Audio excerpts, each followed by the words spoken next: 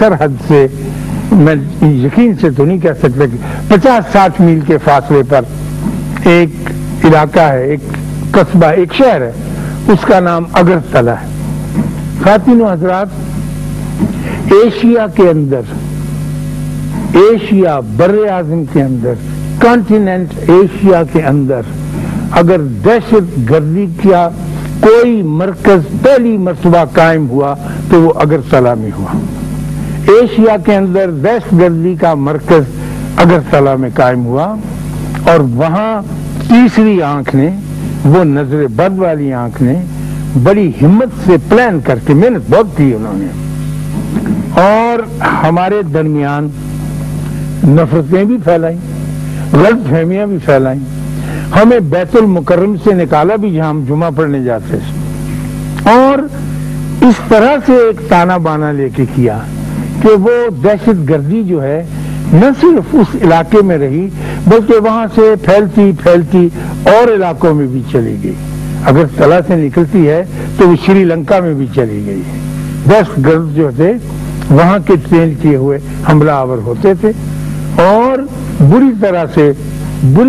سے ان لوگوں کو ذلیل و خوار کرتے تھے جو بڑی آسان اور اچھی زندگی بسر کر رہے ہیں۔ پھر وہاں پر انہوں نے میرے ہی ان بھائیوں کو، جن کے ساتھ مل کے ہم سب گانے گاتے تھے، اور ان گانے گانے والوں میں جمیل الدین علی، حتیٰ کہ ہم نے قدرت اللہ شہاب کو بھی ملا لیا، ان کو بھی شامل کیا کہ آپ یہاں اس دیش میں آئے ہیں تو یہاں آپ کو اپنے فن کا مظاہرہ کرنا پڑے گا اور بتانا پڑے گا کہ آپ بھی موسیقی کے ساتھ کوئی دلچسپی رکھتے ہیں۔ وہ کیا۔ پھر ہماری لکھنے لکھانے کی محفلیں ہوتی تھی، پھر ہمارا کھانے پینے کا سسٹم چلتا تھا۔ ایک وہاں میٹھا دہی ہوتا ہے کالا چند حلوائی کے یہاں سے جا کے اس کو روز کھانا، اور اس کے بڑے بڑے کنڈے جسے کہتے ہیں، دھاگا باندھ کے مضبوط رسی ہوائی جہاز میں بیٹھ کے لاہور تک لے کے آنا۔ ان کو ویسا دہی نہیں کھایا، وہ دہی جماتے ہیں، اس میں شیرہ ڈالتے ہیں کھجور کا، اور وہ عجیب و غریب قسم کی میٹھی چیز بنتی ہے۔ اس سے اچھی سویٹ ڈش آپ نے یقیناً نہیں کھائی ہے۔ لیکن وہ نظر بد والی جو آنکھ تھی وہ اپنی کاروائی کرتی رہی۔ انہوں نے وہیں سے ہمارے دوستوں کو، ہمارے جاننے والوں کو، ہماری جان و جگر کو لیا اور ان کو مکتی باہنی کا نام دے کر ایک ٹریننگ شروع کی، جس میں انڈین فورسز کے آدمی بھی تھے اور انہوں نے بھی مکتی باہنی کی وردیاں پہن لی۔ خوف اس تیسری آنکھ کو یہ تھا کہ اگر ان کے درمیان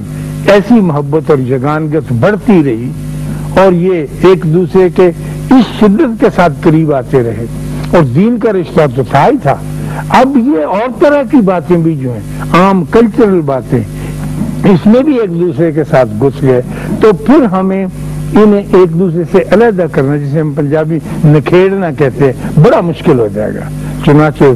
انہوں نے پلان کر کے اور دنیا کے دوسرے مہربانی شکریہ ملکوں کو ساتھ ملا کے یہ پروگرام بنایا کہ کسی نہ کسی طرح سے اس پاک رشتے کو توڑ دیا جائے، اور اس کے لیے واقعی انہوں نے بڑی محنت بھی کی، کام بھی کیا، اور ایک بہت کمال کا کام انہوں نے کیا کہ ہم کو ہماری نگاہوں میں پامال بھی کر دیا، ہمیں اپنی ہی نگاہوں میں شرمندہ بھی کر دیا، سارا الزام، سارا بوجھ اٹھا کر ہمارے اوپر رکھ دیا، اور آپ سارا بوجھ ابھی تک اٹھا کے پھرتے ہیں۔ آپس میں جب بیٹھتے ہیں تو آپ یقیناً ایسی ہی باتیں کرتے ہیں، یہ ان کا بہت بڑا کمال ہے۔ اور اس شرمندگی نے کس طرح سے آپ کے اوپر اثر ڈالا ہے اور آپ کی نفسیات پہ ڈالا ہے، یہ وہ لوگ بڑی اچھی طرح سے جانتے ہیں۔ لیکن یہ لوگ نہیں جانتے، نہ ایشیا کے لوگ نہ پاکستان کے، صرف ہندوستان کے جانتے ہیں کہ جو مرکز دہشت گردی کا پہلا اڈا قائم ہوا وہ کہاں قائم ہوا اور جہاں سے اس کی شاخیں پھوٹی۔ چنانچہ جب آپ دہشت گردی کا نام لیتے ہیں اور دہشت گردی کی بات کرتے ہیں تو ہمارے ایشیا میں ایک ہی مقام تھا جہاں سے یہ سوتا پھوٹا، اور جس طرح سے ببل کر کے پانی، یہ پیٹرول نکلتا ہے، اس طرح سے یہ نکلا اور اب تک پھیلتا چلا جا رہا ہے۔ اور حیرانی کی بات یہ ہے، اب یہ اللہ کے کام ہے یہ سمجھ میں نہیں آتی بات، اور اس کے اوپر آدمی حاوی نہیں ہو سکتا کہ ایسا کیوں ہے۔ حیرانی کی بات یہ ہے کہ ہم جو مظلوم و مقہور ہیں، جن کے اوپر ظلم کیا گیا، خواتین و حضرات، ساری دنیا میں پورا کرۂ ارض، سارے گلوب میں پاکستان واحد ملک ہے جو دہشت گردی کا شکار ہوا، اور جس کا ایک حصہ دہشت گردی کے زور پر اس سے جدا کیا گیا، اور وہ نظر بد جس کا میں نے آپ سے پہلے کیا تھا وہ یوں ہی نہیں لگ جاتی، اس کے لیے خاص پروگرام پلان کرنا پڑتا ہے۔ اور ہمارے وہ گیت سارے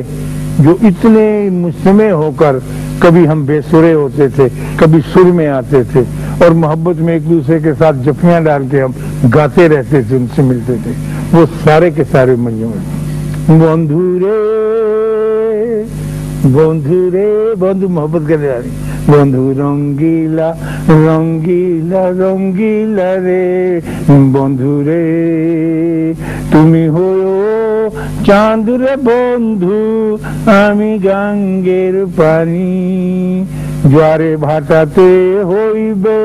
নিতই জানা জানি রে বন্ধু নিতই জানা। کیا بتاؤں، یعنی گاتے ہم ایسے ہی تھے، ایسے ہی سانس ٹوٹتی، لیکن ہماری لے میں، سر میں، روح کے اندر ایک عجیب طرح کا استعمال تھا۔ اب لوگ چلے پھرتے اور ابلاغ کا ایسا زور ہے کہ بہت سے لوگ میرے ملک کے سچ مچ یہ ماننے لگے ہیں کہ شاید پاکستانی جو ہیں یہ بھی دہشت گرد، ہم کو اتنا باور کرایا گیا ہے، اتنا بتایا جاتا ہے، ہر روز کیا جاتا ہے، اور ہم شرمندگی کی آنکھوں پہ اپنی لجاجت کا ہاتھ رکھ کر گھروں میں داخل ہوتے ہیں اور باہر نکلتے ہیں۔ یہ کیسے ہو اور کس طرح سے ہو، اور پھر کون سا ایسا گانا اور ترانہ گایا جائے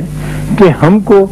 اس بات کا احساس نہ رہے ہم ایک پوری بڑی قوم ہیں اور بڑی زندہ قوم ہیں، اور ہم نیوکلیئر پاور ہیں، کچھ ایسے کمتر قسم کے لوگ نہیں ہیں۔ تو یہ کیسے کریں؟ کس بابے کو میں اب جا کر ملوں کہ یہ شکوک و شبہات میرے ملک کے بندوں کے دلوں سے نکل جائے اور ہمیشہ ہمیشہ کے لیے نکل جائے؟ تو مجھے ہالینڈ میں ایک ملے ہمارے دوست انڈین فرینڈ، میں نے کہا وہ جو ظلم تو تم نے کیا اور بڑی کمال چالاکی کے ساتھ اور بڑی ہنرمندی کے ساتھ کیا، لیکن یہ فن تم نے کس طرح سے ہماری اجتماعی زندگیوں پر اپلائی کیا کہ ہم خود کو چور سمجھنے لگے اور ہم خود کو ذمہ دار سمجھنے لگے، کہنے لگے بس یہ کمال اگر ہم آپ کو بتا دیں گے تو پھر ہمارے پاس کیا راز رہ جائے گا۔ ہم اب بھی کوشش کریں گے اور کرتے رہیں گے، اور جب تک ہم زندہ ہیں ہم آپ کو فلرش نہیں کرنے دیں گے۔ اس نے کہا یہ ہمارا منتہائی مقصود ہے، اور اس نے مجھ سے کہا، کہنے لگا کہ اگر پاکستان جغرافیائی طور پر ہندوستان سے دور ہوتا، انڈونیشیا کے قریب ہوتا، تو پھر ساری دنیا اس ملک کو دیکھتی اور اس کی ترقی کی منزلیں طے کرتے ہوئے بھی۔ اب یہ ایسی جگہ پہ پھنس گیا ہے، اب ایک ایسے ظالم پڑوسی کے چنگل میں آ گیا ہے کہ یہ جسمانی طور پر تو شاید طاقتور رہے گا اور ہے بھی، لیکن نفسیاتی طور پر یہ اس شرمندگی سے نہیں نکل سکتا جس میں سے مبتلا کر دیا گیا۔ تو نظر اور نظر بد کے کئی پہلو ہوتے ہیں، میں وہ جو نہیں مانا کرتا تھا اور میں اس کو تسلیم نہیں کرتا تھا، اور میں اپنے ماتھے کے اوپر جو کالک لگتی تھی وہ نہیں مانتا تھا۔ چٹاگانگ میں معز الدین شاذلی ایک بزرگ تھے، دریائے ہگلی کے کنارے کٹیا ڈال کے رہتے، تو ہم سب ان کو سلام کرنے گئے۔ ایک بزرگ بابا، اس زمانے میں میں نہیں مانتا تھا ان بزرگوں کو، جنگ سے 30 سال کی عمر میں کب مانتا ہے آدمی، لیکن ہم سارے گئے، وہ ملے بڑی محبت سے، سوکھے دبلے سے تھے، تنکوں کی ان کی وہ تھی جھونپڑی، اس کے اوپر پتے بڑے بڑے شپلا کے لگائے ہوئے تھے، بیٹھے تھے، خوبصورت ان کا انداز تھا اور روحانی طاقت ان میں ظاہر نظر، باتیں کرتے رہے ہم سے، دین کی، ایمان کی اور یکجہتی کی۔ تو جب ہم